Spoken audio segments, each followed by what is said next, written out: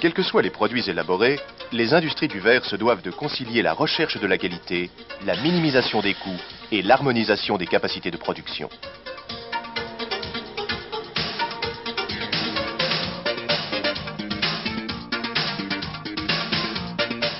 Face à ces exigences, l'optimisation des régénérateurs, véritable poumon des fours, est indispensable.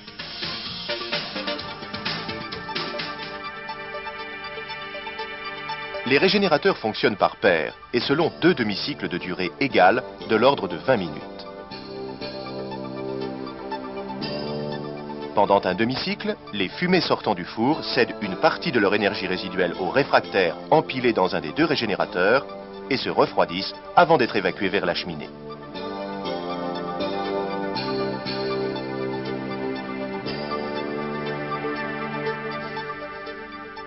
Pendant le demi-cycle suivant, l'air de combustion, froid à l'entrée du régénérateur, se réchauffe au contact de l'empilage de réfractaires préchauffés et permet une combustion efficace et économique dans le four.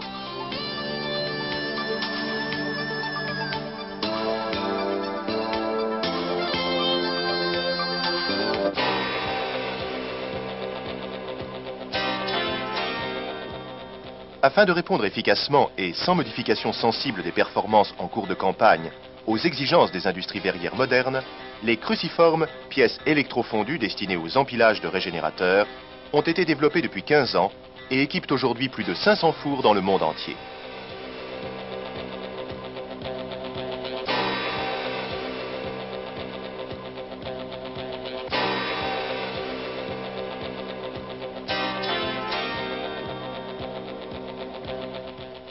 Le dimensionnement des empilages, c'est-à-dire le choix de leur cote extérieure, de la dimension de leurs canaux et de l'épaisseur de leurs parois, est un point important de la conception des fours.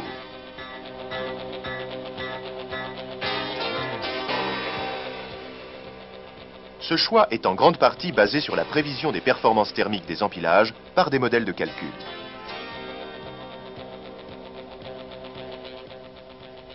Pour faire fonctionner ces modèles de calcul, il faut connaître les coefficients et les surfaces d'échange thermique des empilages considérés. Pour les solutions diversifiées d'empilage qu'elle propose et pour mesurer fiablement le coefficient d'échange, la SEPR a investi dans un important programme de recherche.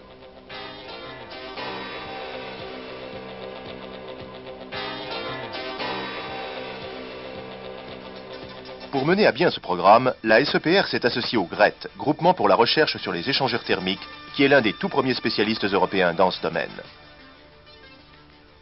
Situé au cœur de l'un des principaux pôles scientifiques et technologiques européens, avec le surgénérateur Superphénix, l'université Joseph Fourier et bientôt le Synchrotron européen, le Centre d'études nucléaires de Grenoble est l'un des plus importants du commissariat français à l'énergie atomique.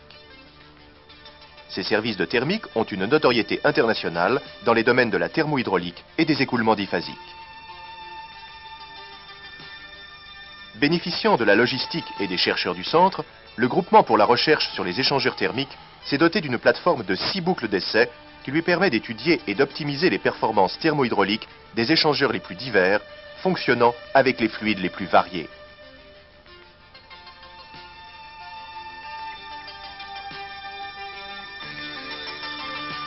Une 7e boucle a été développée pour permettre les essais d'échangeurs air-fumée à haute température. Avant de construire les régénérateurs expérimentaux destinés à être montés sur cette boucle, une étude sur la compréhension du fonctionnement des régénérateurs a été nécessaire. Pendant le demi-cycle fumé, les échanges thermiques se font essentiellement par rayonnement.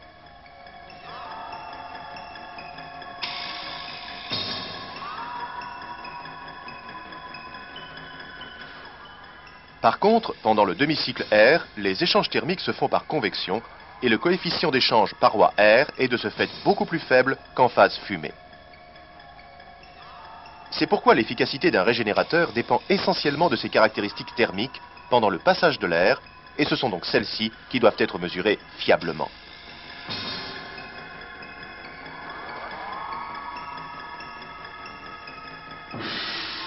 Dans un diagramme représentant l'importance relative des convections forcées et naturelles, le domaine de fonctionnement des régénérateurs industriels se situe dans une zone de convection mixte de l'air à la transition des régimes laminaires et turbulents.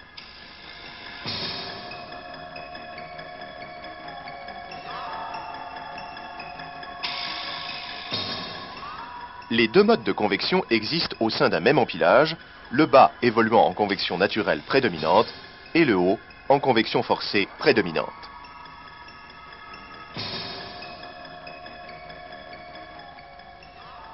La présence simultanée des deux modes d'écoulement implique une approche expérimentale avec un minimum de concession sur la hauteur des empilages et la température des fluides.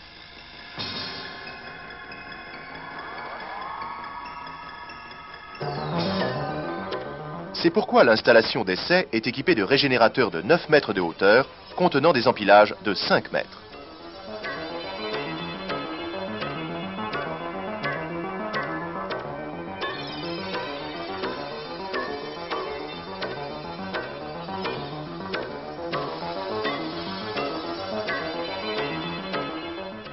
Les deux régénérateurs expérimentaux sont alimentés par les fumées provenant d'un brûleur de 1,4 MW et pouvant atteindre 1350 degrés Celsius à l'entrée des régénérateurs.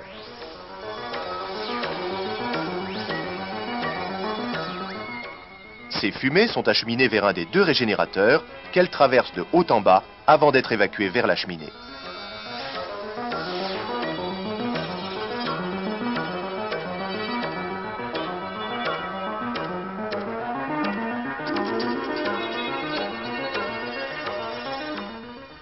Pendant ce temps, l'autre régénérateur est en phase de passage de l'air. Les circuits fumée et air sont indépendants, autorisant l'essai simultané de deux empilages différents. L'isolement des différents circuits est réalisé grâce à 8 vannes, dont 4 refroidies à l'eau, ont été conçues spécialement pour les besoins de ces essais, afin d'assurer une étanchéité quasi parfaite à 1400 degrés Celsius.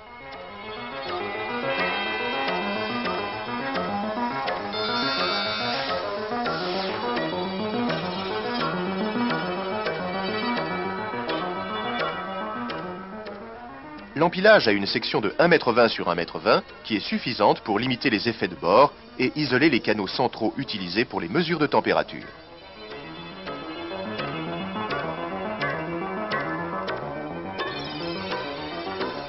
Sans précaution particulière, les fluides se répartiraient de manière non uniforme dans les canaux, empêchant des mesures représentatives dans le canal central. Des grilles, dont les densités de perçage ont été ajustées par simulation sur ordinateur, sont nécessaires pour homogénéiser l'écoulement des fluides. Pour chaque empilage, il y a deux grilles. Celle du haut, surélevée par rapport à l'empilage, est en céramique.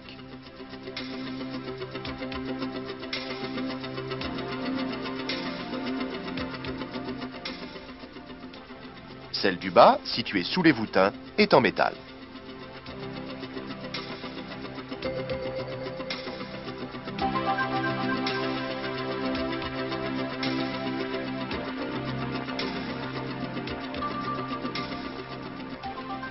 La conduite de la boucle d'essai est gérée par un automate programmable qui pilote le brûleur et commande toutes les séquences de fonctionnement des vannes.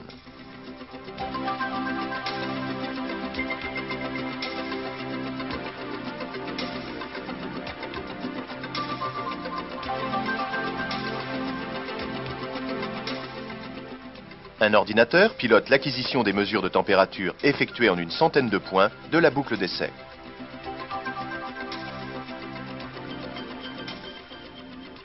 Dans les régénérateurs, il existe deux types de points de mesure. Des mesures de température internes aux empilages sont effectuées à 3 niveaux de hauteur afin d'évaluer leur performance thermique locale.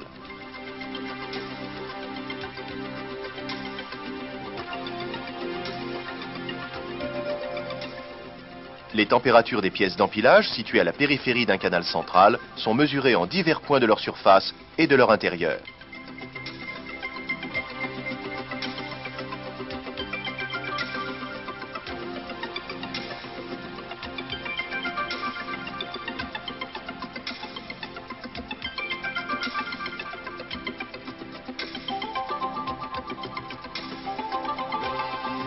Les températures des fluides air et fumée sont mesurées dans un canal central avec des pyromètres à aspiration miniature.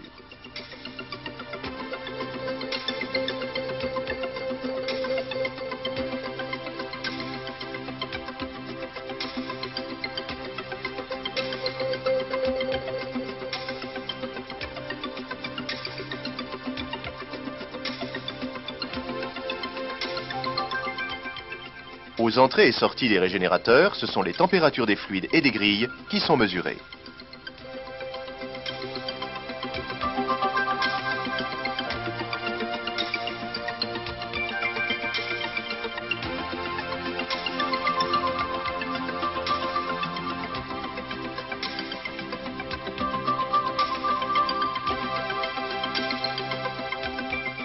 Toutes ces mesures servent à l'établissement de bilans thermiques à partir desquels sont évaluées les performances d'échange thermique global et local des différents empilages testés.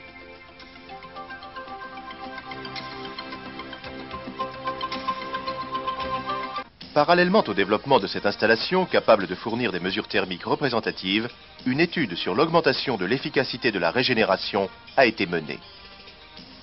Comme nous l'avons dit, cela passe nécessairement par l'intensification des échanges thermiques dans la phase la moins efficace du cycle, qui est le passage de l'air.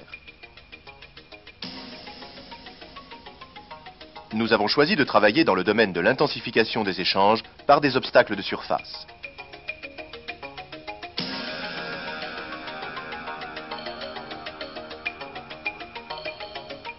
Pour définir la forme optimale des obstacles de surface, la modélisation physique a été utilisée. Il s'agit d'un échangeur fonctionnant selon un principe de similitude dont la plaque représente la surface de canal d'empilage à tester. De nombreux profils d'obstacles ont été expérimentés.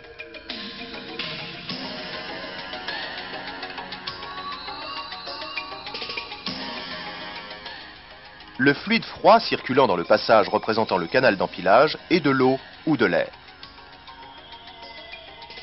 Le fluide chaud circulant à grande vitesse à l'arrière de la plaque est de l'eau. La mesure de l'efficacité de l'échangeur ainsi constitué permet de déterminer le coefficient d'échange entre le fluide et le profil d'obstacle testé.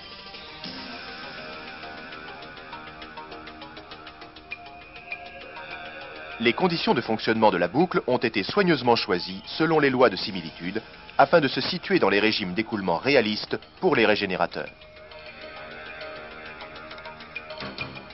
On peut aisément visualiser les modes d'écoulement par injection de colorants. Les écoulements par convection forcée se caractérisent par les vitesses maximales du fluide au centre du canal.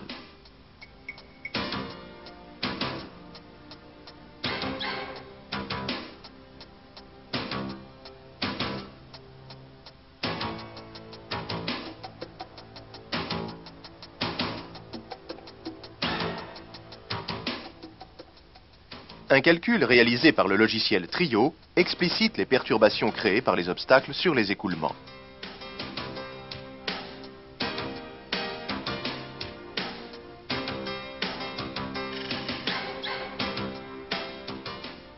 Dans les conditions réalistes, la convection est mixte. L'apparition de la convection naturelle se traduit par une vitesse élevée du fluide à proximité de la paroi.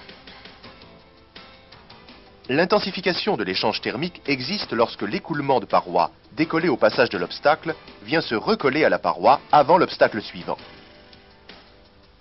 L'échange thermique local augmente beaucoup dans la zone de rattachement. Le choix judicieux de la hauteur et du pas des obstacles est primordial pour obtenir ce phénomène.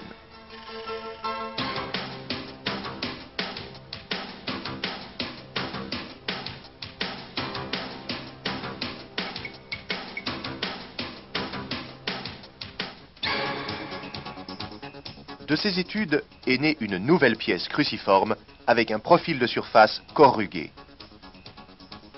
L'épaisseur moyenne de la pièce est de 30 mm. Afin de limiter la génération de tourbillons dans le sens de passage des fumées, les obstacles sont dissymétriques, réduisant la rugosité des canaux dans ce sens de circulation des fluides.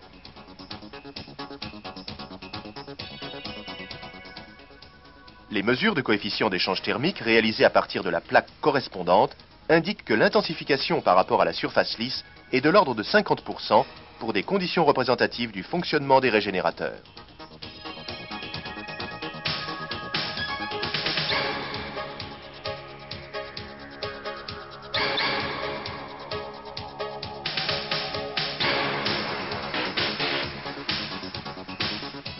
Afin de vérifier ces résultats en conditions de température et de hauteur réalistes, un empilage de pièces à corrugation a été monté dans un des régénérateurs expérimentaux